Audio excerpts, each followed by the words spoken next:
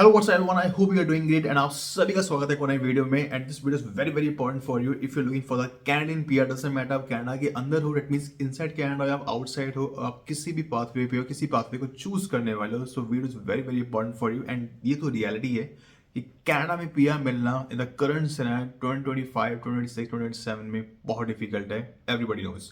देखो 2024 में बहुत सारे चेंज हुए in terms of study permit के रिगार्डिंग, डायरेक्ट पीआर पाथवे के रिगार्डिंग, एलएमआई के रिगार्डिंग, वर्क परमिट के रिगार्डिंग, स्पाउस वीजा के regarding, visitor to work permit के रिगार्डिंग, फ्लैग पुलिंग के regarding.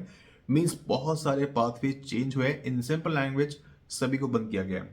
So getting into the PR pathway it's not easy right now. So if you are looking for the PR तो video आपके लिए बहुत important है and you will get an idea. आपके सारे questions का answer इसी के अंदर होगा। आपको समझ आ जाएगा कि अब मुझे क्या करना है जिससे मुझे आराम से पीआर मिल जाए। Listen very carefully. एंड अभी का जो करंट ट्रेंड समझ चल रहा है मैं आपको वो भी समझाऊंगा हर चीज़ के regarding. And you will get to know क्या अभी जो हम जिस बात पे अभी हम है क्या वो सही है या नहीं है, या हमें चेंज करने की रिक्वायरमेंट है, या अगर आपका पास सिर्फ 6 मंथ्स का टाइम पीरियड है, 1 ईयर का टाइम पीरियड है। This video is also very important for you and you will get to know कि मुझे आगे क्या करना पड़ेगा जिससे मुझे कनाडा का पीआर मिल जाएगा। So before moving forward, if you have any question regarding anything, let me know in the comment section. And if you need a mini session one-to-one, you can DM me on Instagram, DM me on WhatsApp, जो भी number आपको screen पे show हो रहा है। And सबसे most important चीज, जब भी हम किसी फॉरेन कंट्री में रह रहे होते हैं ना, चाहे वो कैनेडा हो, यूएस हो, यूके हो, या कोई भी यूरोपियन कंट्री हो, तो हमारे माइंड में एक क्वेश्चन होता है कि यार यहाँ पे हम काम कर रहे हैं तो ऑब्वियसली बात है हम अपनी फैमिली को सपोर्ट करेंगे फाइनेंशियली, इमोशनली। इमोशनली हम सपोर्ट कर सकते हैं, लेकिन हम फाइनेंशियली देखो पैसा बहुत इंपॉर्टेंट चीज़ है। कुछ भी हो लाइफ में, कुछ भी करना हो, कहीं भी जाना, घूमने जाना, कुछ भी लाइफ बिजनेस भी स्टार्ट करना हो, जॉब भी करनी हो, पैसा बहुत इंपॉर्टेंट चीज़ है। Everybody knows why we come to Canada, just own money. हम किसी फॉरेन कंट्री में क्यों जाते हैं? For the better life, better infrastructure, better health care, या हमारे फ्यूचर के लिए, इन सिंपल लैंग्वेज, और पैसे के लिए। घुमा फिरा के डायरेक्टली इनडायरेक्टली पैसा बहुत मैटर करता है। एंड सबसे मोस्ट इंपॉर्टेंट चीज़, अगर हम अपनी फैमिली को सपोर्ट करना चाहते हैं या हम किसी को पैसे भी ट्रांसफर करना चाहते हैं, तो I would highly recommend you कि ये एप्लीकेशन को जरूर यूज करना। इसका नाम है Pay Penny. And why you have to use this application, इसको क्यों डाउनलोड करना चाहिए गूगल की प्ले स्टोर से? सबसे मोस्ट इंपॉर्टेंट चीज़, आपको जो एक्सचेंज रेट मिलता है वो सबसे बेटर मिलता है, even better than the Google. Second most important cheese, 24/7 support team है। तीसरी मोस्ट इंपॉर्टेंट चीज, इसका जो मेन यूएसपी है, अगर आप किसी को रेफर भी करना चाहते हो तो आपको अब उसमें भी अर्न कर सकते हो। एंड सबसे मोस्ट इंपॉर्टेंट चीज, अगर आप किसी को भेजते भी हो, मीन्स आप किसी को ट्रांजेक्शन भी करते हो, फॉर एग्जाम्पल अपनी फैमिली को भी भेजते हो, तो जो इसकी ट्रांजेक्शन फीस है वो जीरो है, means zero transfer fees. Rate exchange rate आपको सबसे बेटर मिलेगा गूगल से, जीरो ट्रांसफर फीस है। यूएसपी सबसे मेन इसकी इंपॉर्टेंट चीज़ ये है कि 24/7 सपोर्ट टीम है। वैसे कोई दिक्कत आएगी नहीं, फिर भी कोई बाई चांस इशू आता है you can contact them and matter solve हो जाएगा विद इन अ मिनट के अंदर। एंड सबसे मोस्ट इंपॉर्टेंट चीज़, आपको अगर आप इसको रेफर भी करते हो तो आप अर्न भी कर सकते हो।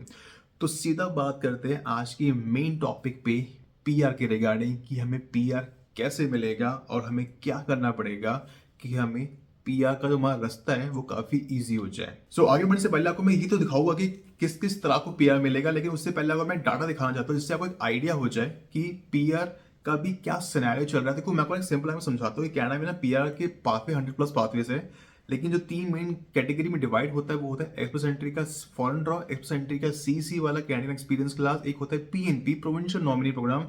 कनाडा में 10 प्रोविंस है, 3 टेरिटरीज है, तो ओवर 13 प्रोविंसेस मान लीजिए। तो हर प्रोविंस का अपना अपना पीएनपी होता है, प्रोविंशियल नॉमिनी प्रोग्राम होता है, और उसका उनकी प्रोविंस के हिसाब से कि हमें किस किस लोगों को पीआर देनी है। मेन अभी फोकस है जिनको फ्रेंच आती है, जो स्किल बेस्ड है, जो हेल्थ केयर में है, जो कंस्ट्रक्शन में है, उनको पीआर देनी है। एंड बहुत सारे प्रोग्राम्स ऐसे भी होते हैं जो रूरल से रिलेट होते हैं, लाइक RRS हो गया, RNIP हो गया।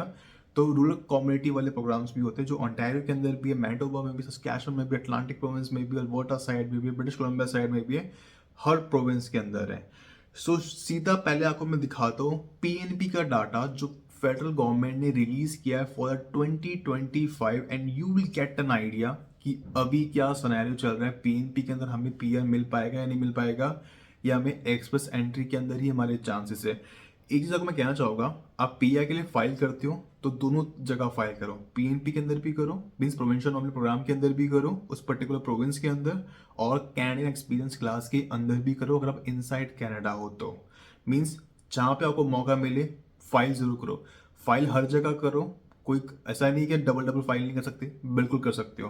पहले आप डाटा देखो, जो अभी आपको डाटा स्क्रीन पे शो हो रहा है, ये पीएनपी कोटास है फॉर 2025। इसमें सारे प्रोविंस का दिया हुआ है। न्यू ब्रंसविक में जो पीएनपी मिलेगा, मीन्स जो कोटा है वो है 2750, मैनिटोबा में 4750, नोवा स्कोशिया में 1785, न्यू फाउंडलैंड लेब्राडोर में 1525, अल्बर्टा प्रोविंस के अंदर है 4875, जो 50% कट है 2024 से। सेम गोज टू ऑन्टारियो में भी कट है 50%, सस्कैचुअन में भी कट है 50%।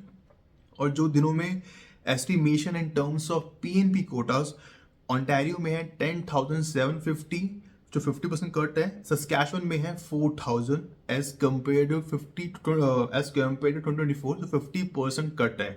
देखो, मैं आपको एक चीज़ कहना चाहूँगा, बहुत सारे प्रोविंसेस का सिनेरियो ऐसा है कि वहाँ पे पीएनपी तो बहुत सारी कैटेगरीज बंद हो गई है।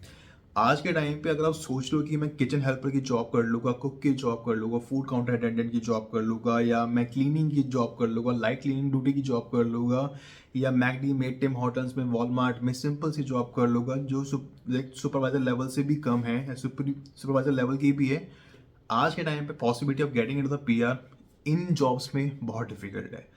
कैनेडियन गवर्नमेंट का बस एक ही फोकस है। देखो, ये चीज़ें क्यों हो रही है एवरीबडी नोज, मैं पहले बता चुका हूँ, जस्ट बिकॉज ऑफ इलेक्शन। अब राइट नाउ सिनेरियो क्या है, गवर्नमेंट का फोकस है कि हमें इलेक्शन जीतना है, Canadians are not happy and they are the one who will vote. तो उन्हें पता है हम तो जाएंगे तो जाएंगे, लेकिन अभी उनका बस ये फोकस है कि हमें बंदे चाहिए स्किल्ड वाले, हेल्थ केयर वाले, कंस्ट्रक्शन वाले, फ्रैंकोफोन कैटेगरी वाले जिनको फ्रेंच आती है, चाहे उनको बस फ्रेंच में उनके अच्छे मार्क्स होने चाहिए। फ्रेंच में तो ये मान लीजिए कि अगर आपका स्कोर ओवरऑल 380 भी आता है ना, 380 400 आता है, मैं आपको एक्सप्रेस एंट्री के अंदर कह रहा हूँ, और फ्रैंकोफोन कैटेगरी के अंदर आप लगाती हो, आराम से मिलेगा, आराम से। लास्ट ईयर कम से कम 30 से 35 ड्रॉ हुए हैं जो फ्रैंकोफोन कैटेगरी के अंदर हुए हैं, और इस साल भी इसका कोटा 8.5% इंक्रीज कर दिया गया है फ्रैंकोफोन कैटेगरी के अंदर। अगर आप फ्रेंच सीख सकते हो, लग के B2 लेवल क्लियर कर सकते हो, टीईएफ का एग्जाम है, टीसीएफ का एग्जाम कोई भी क्लियर कर सकते हो, आराम से होगा। Chance of getting in the francophone category it's would be very very easy. आपको मैं सीआर स्कोर दिखाऊं ना, तो सीआर स्कोर का रेंज क्या है और नंबर ऑफ कैंडिडेट्स कितने हैं उस पर्टिकुलर रेंज के अंदर, जो आपको डाटा स्क्रीन पे शो हो रहा है, you will get an idea कि आप कहाँ पे स्टैंड करते हो और कितनी पॉसिबिलिटी है आपके लिए। मेरे हिसाब से तो रियलिटी ये है कि 2025 के अंदर भी अगर आपका स्कोर 500 भी क्रॉस करता है ना, चांसेस हाई है, अगर आपके पास कैनेडियन एक्सपीरियंस क्लास है तो। Otherwise chances are very less. अब मैं आपको दूसरा दूसरा डाटा दिखाता हूँ, जो देखो, एक चीज़ और मैं आगे बात करने से पहले आपको डाटा देखो दिखाऊंगा मैं। कनाडा में ना करंट सिनेरियो में right now 3 million temporary resident है, 3 मिलियन। और जो डाटा अगर आप देखोगे इन टर्म्स ऑफ पीआर के रिगार्डिंग, जो भी आपको स्क्रीन पे शो हो रहा है, वो ओवरऑल है 7 लाख के करीब, और वो भी डिस्ट्रीब्यूट किया गया है 2025 में, 2026 के अंदर, 2027 में, और हर प्रोविंस का आप डाटा आपको बाइफरकेट किया गया है, और आपको आइडिया हो जाएगा या पॉसिबिलिटी है या नहीं है। अगर मैं आपको 2025 का बताऊँ तो 2,32,150 है इन टर्म्स ऑफ पीआर, इतने हो गए। 2026 में 2,29,750, 2027 में 2,25,350। एंड ये फोकस किसको किया गया है, किस किस पर्टिकुलर इंडस्ट्री को फोकस किया गया है, फेडरल इकोनॉमिक प्रायोरिटीज को किया गया है, और दूसरी चीज जो इन कनाडा फोकस में है, जो सीसी के अंदर आते हैं, फेडरल बिजनेस के अंदर जो बिजनेस अपना स्टार्टअप करते हैं उनके रिगार्डिंग है। अटलांटिक एमिशन प्रोग्राम के अंदर 5,000 है, and different different agri food commodity pilot program के अंदर, economy mobility pathway pilot program के अंदर डिफरेंट डिफरेंट इतने इतने पीआर मिलेंगे 2025 में, 26 में एंड 27 में। तो आप समझ जाओ, जो आपको मैंने स्टार्टिंग में पीएनपी कोटा दिखाया था हर प्रोविंस का, उससे ही आपको आइडिया हो जाना चाहिए कि क्या सिनेरियो चल रहा है। देखो, आज के टाइम पे पीआर पता कैसे मिलेगा, जैसे आपको मैं स्टार्टिंग में कहा था, अगर आप इनसाइड कनाडा हो, ओपन वर्क परमिट पे हो, चाहे वो स्पाउसल ओपन वर्क परमिट पे हो, चाहे आप स्टडी के बाद आपने पोस्ट ग्रेजुएट वर्क परमिट पे हो, अगर आप 6 मंथ्स का 5 विकेट टेक्नीशियन कोर्स या पर्सनल सपोर्ट वर्कर या नैनी का वर्कर, मीन्स किसी पब्लिक कॉलेज पब्लिक यूनिवर्सिटी से करना, ये कोर्स करना और 6 महीने एक्सपीरियंस भी चाहिए होता है, ये कर लेते हो, या कोई 6 मंथ्स का स्किल बेस्ड कोर्स कर लेते हो, अगर आपके पास उसका जेन्युइन सर्टिफिकेट है पब्लिक कॉलेज से, पब्लिक यूनिवर्सिटी से, और आपके पास मिनिमम 6 मंथ्स का एक्सपीरियंस है, तो आप प्रोविंशियल नॉमिनी प्रोग्राम के अंदर फाइल कर सकते हो। अगर आपके पास कनाडा का 1 ईयर का एक्सपीरियंस है, मीन CC का एक्सपीरियंस है, चाहे वो tyre 4, tyre 5, tyre 3, tyre 2, tyre 1 के अंदर आता है, तो आप कैनेडियन एक्सपीरियंस क्लास के अंदर एक्सप्रेस एंट्री के अंदर फाइल कर सकते हो, तो ही आपके पास पॉसिबिलिटी है इन टर्म्स ऑफ PR। क्योंकि राइट नाउ 3 मिलियन पीपल है जो टेम्परेरी रेजिडेंट है और 7 लाख के करीब सीट्स है। This is the data by the IRCC, by the federal government, मेरा डाटा नहीं है, उन्हीं का डाटा है, तो आपको खुद समझ आ जाएगा कि क्या हालात है।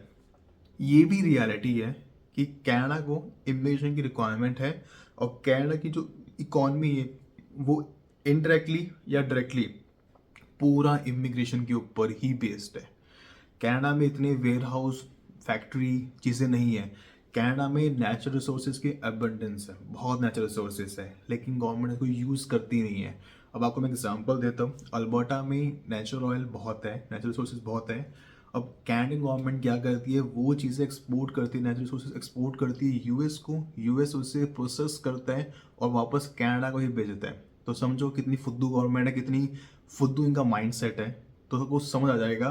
क्योंकि वो अब ये बात करते हैं कार्बन टैक्स के रिगार्डिंग, इवन अगर मैं कनाडा को कार्बन टैक्स में कभी कनाडा को कार्बन टैक्स स्टार्ट करना ही नहीं चाहिए था, क्योंकि कनाडा के अंदर ही इतनी ग्रीनरी, इतना नेचुरल वो है, इतनी हरियाली है, और कार्बन टैक्स बिल्कुल नेगेटिव में होता है कनाडा के अंदर, क्योंकि वहाँ पे ऐसी फैक्ट्री, वेयर हाउस, इंडस्ट्रीज ऐसी है ही नहीं जो पॉल्यूशन करती हो as compare to other countries, चाहे वो इंडिया हो, चाइना हो, या इवन US के अंदर भी बहुत पॉल्यूशन होता है, वो भी बहुत कार्बन डाइऑक्स मोनोक्साइड काफ़ी रिलीज करती है इन्वायरमेंट के अंदर, लेकिन कनाडा इतना नहीं करता। लेकिन हिसाब बिल्कुल उल्टा ही है, वहाँ पे कार्बन टैक्स भी लगता है, ये भी टैक्स लगता है, फेडरल टैक्स भी लगता है, प्रोविंशियल टैक्स भी लगता है, जैसे PST बोलते हैं। इन सिंपल लैंग्वेज में को एक ही चीज़ कहूँगा, आपकी एज, क्वालिफिकेशन, जो आप पाथवे आप चूज़ कर रहे हो, आपका आइल्स में, सेल्फ में, PT में स्कोर, जैसा को मैंने पहले भी एक बार वीडियो बता चुका हूँ, ये सारी चीज़ें मैटर करती है, ये सब मैटर करता है आपका स्कोर इंक्रीज करने में, तभी पॉसिबिलिटी है कि आपको PR मिल पाएगा। आज के टाइम पे फॉरेन ड्रॉप वैसे भी नहीं हो रहे, सिर्फ CSE, फ्रेंकोफोन, हेल्थ केयर, इन्हीं में ही पॉसिबिलिटी है। या अगर आप कनाडा में स्टडी वीज़ा पे जा रहे हो आफ्टर 12th मीन्स +2 के बाद, बिल्कुल मत जाओ। It's just a waste of time, waste of money. इससे बेटर है न्यूजीलैंड जाओ, या अपनी होम कंट्री से कर लो, या आप किसी और एक्सपर्ट कंट्री, इवन मैं तो आपको रिकमेंड करूँगा, अगर आप IT फील्ड में हो या टेक्निकल फील्ड में हो, अगर आप हेल्थ केयर फील्ड में हो, अगर आपको लगता है कनाडा में नहीं हो रहा, go to New Zealand, go to Germany. They are very well developed. उनकी इकॉनमी, स्पेशली जर्मनी की इकॉनमी 10 टाइम्स बेटर है एज कम्पेयर टू कनाडा, हर चीज़ के लिहाज से, हर चीज़ के लिहाज से। अपॉर्चुनिटीज़ भी बहुत है, और जो पे रेट है वो भी बहुत है, हाउस की भी क्राइसिस नहीं है, इन्फ्लेशन भी नहीं है, अनएम्प्लॉयमेंट तो बिल्कुल भी नहीं है। 350% ये जर्मनी गवर्नमेंट का एक लेटर था, इन्होंने बोला है 350% हम वीज़ा ज़्यादा इशू करेंगे प्रोफेशनल्स को from India. So will get an idea कि क्या सिनेरियो है। लेकिन कनाडा के हिसाब से भी मार्केट बहुत डाउन है, पहले लोगों ने इसको बहुत बहुत ही इसका मिस यूज़ किया है, स्पेशली एजेंट्स ने, इमिग्रेशन कंसल्टेंट ने, लॉयर्स ने। चलो वो बात की बात है, but if you have any question regarding anything, let me know in the comment section, and if you need a meeting session 1-to-1, you can DM me on Instagram, DM me on WhatsApp. I will definitely help you out. तब तक के लिए goodbye.